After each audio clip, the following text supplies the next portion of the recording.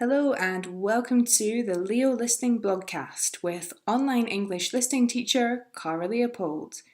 To read the blog post as you listen with the blogcast, please go to www.leo-listening.com/blog. Thanks for listening. Too busy to listen? Get your time and your life back. Approximate listening time, 10 minutes. I know you're busy. How have you been? Asks a friend. Busy, you sigh. What about you? You inquire. Busy, she sighs back at you. Why has this become the default response to how are you? Why are we busy all the time? What are we doing? And more importantly, are we doing the things that are important to us? In this post, I'm going to encourage you to ask yourself some questions about your time and where it's going. So go grab a piece of paper, a piece of scrap, it really doesn't matter, and write down your answers. Got it? Ready? Let's unbusy your life and find you more time to listen to English. The best time management hack ever.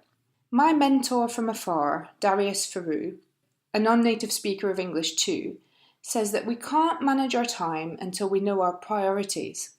He's got over 20,000 subscribers on his newsletter list, but he took the time to reply to an email I sent him, thanking him for his podcast episode with Paul Jarvis. I like and respect Darius because he's got his priorities straight. It was worth taking a couple of minutes out of his day to acknowledge and quickly reply to my email. No doubt because interacting with and responding to his subscribers is one of his priorities. Once you realise this simple truth, you can start to look deeper at all this too busy stuff. You're reading this blog or listening to this blogcast, so that means understanding spoken English is one of your priorities, right? Now, how does that show up in your day-to-day life? Do you listen to English every day? Are you applying the tips from this blog? Have you invested in improving your listening? Are you living your life according to your priorities? By the way, this is the part where you grab that piece of paper and answer these questions. Are you doing that? Good. Take a look at your life and figure out where all this time is going. I hate it when people say, we've all got the same amount of time. I mean, if I had a housekeeper doing all my cleaning, laundry, shopping and cooking, I'd have a ton more time. But one of my priorities is not cleaning, so I don't do it. I don't iron either. I cook every day because you have to eat, right? And I do the food shopping on Tuesdays and Fridays. I've taken a lot of stuff off my to-do list. So take a look at your to-dos and your time. Are you doing things that aren't a priority, that you feel you have to, but you don't want to? Figure out where your time is going. Yes, we all have jobs and families and commitments, but are you saying yes to things that aren't a priority for you? Seriously, the world won't stop turning if you turn down some requests. You're not indispensable. Sorry, not sorry. Keep listening, I'll explain. If you need some more help with saying no or prioritizing, I recommend The Life-Changing Magic of Not Giving a Fuck. Use the sorry, not sorry method to stop doing things you don't want to do without hurting other people's feelings. The one-page financial plan. Once I wrote out what I wanted to do with my money, I knew exactly where not to spend it. I'm also tracking it more carefully now. It changed everything for me. I saved myself time and money by reading both of these books as summaries on Blinkist. You need to do less. Often when we say we're too busy, we mean we're exhausted from the hamster wheel that we're on. Work, family, stress. We need time to just do nothing to recover. Daily life is hard. Well, in rich Western countries like the one I live in, it's hard and not hard. I mean, we're not working down a mine 12 hours a day for pennies or anything. But we've made our lives more complicated in other ways. We raise our kids in isolated nuclear families. We work far too much because we worry that redundancy is just around the corner.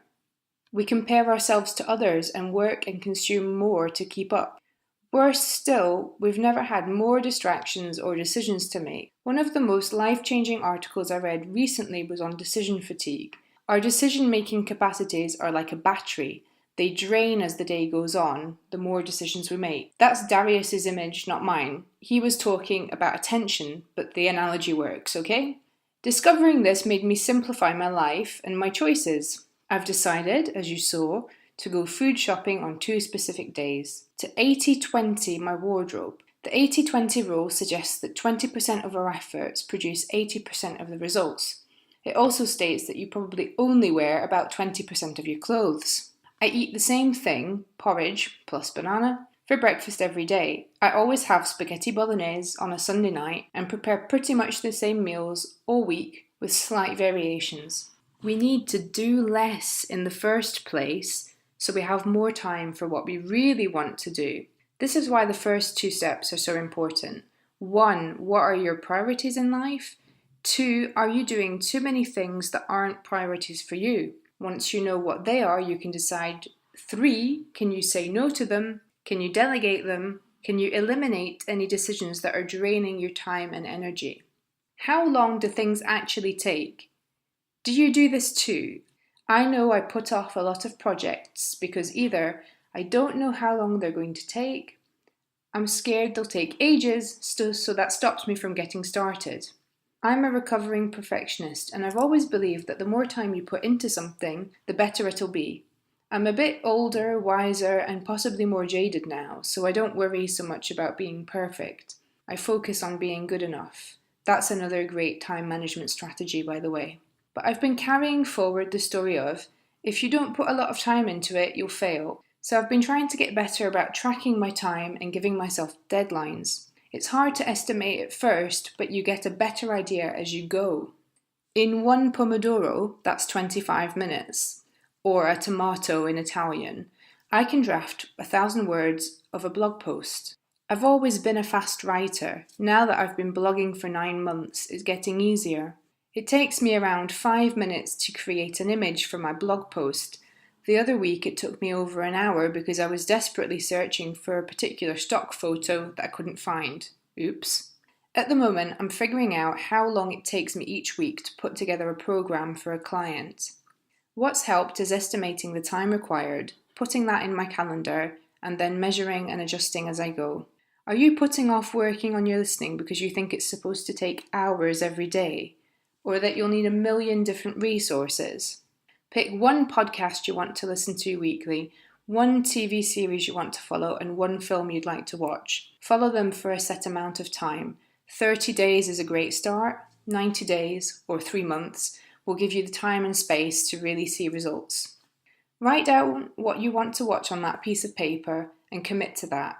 If you need more help with this, check out the article I wrote for Kirsty on making listening a habit. If you want to see results in just 3 weeks rather than 30 or 90 days, then Dictate Your Listening Success gets you there with just 30 minutes of work a day. Taking back your time. Take a look back at your answers to the questions in this blog post. You now know what your priorities are, whether or not you're working on them, if you're making listening a priority, where your time is going, what you can say no to, delegate, or remove decision fatigue from, how long you really need to spend on listening, which podcast series and film you're going to focus on for the next 30 or 90 days. If you need some more help, in the Leo Listening Lounge every Monday I encourage my loungers to set their listening goals for the week. I ask them how they got on at the weekend. It's a great way to get the encouragement and support you need. Still feel too busy?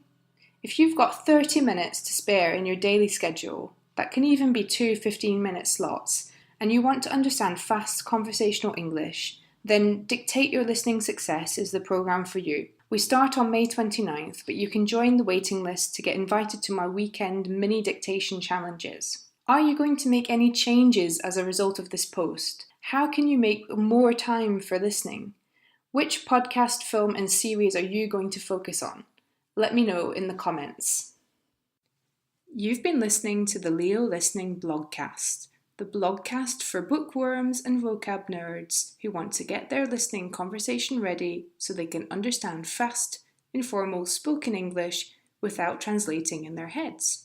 This blogcast is sponsored by the Blogcast-tastic Leo Listening audiobook. To get your copy, go to bit.ly/blogcastbook. That's bit.ly/blogcastbook.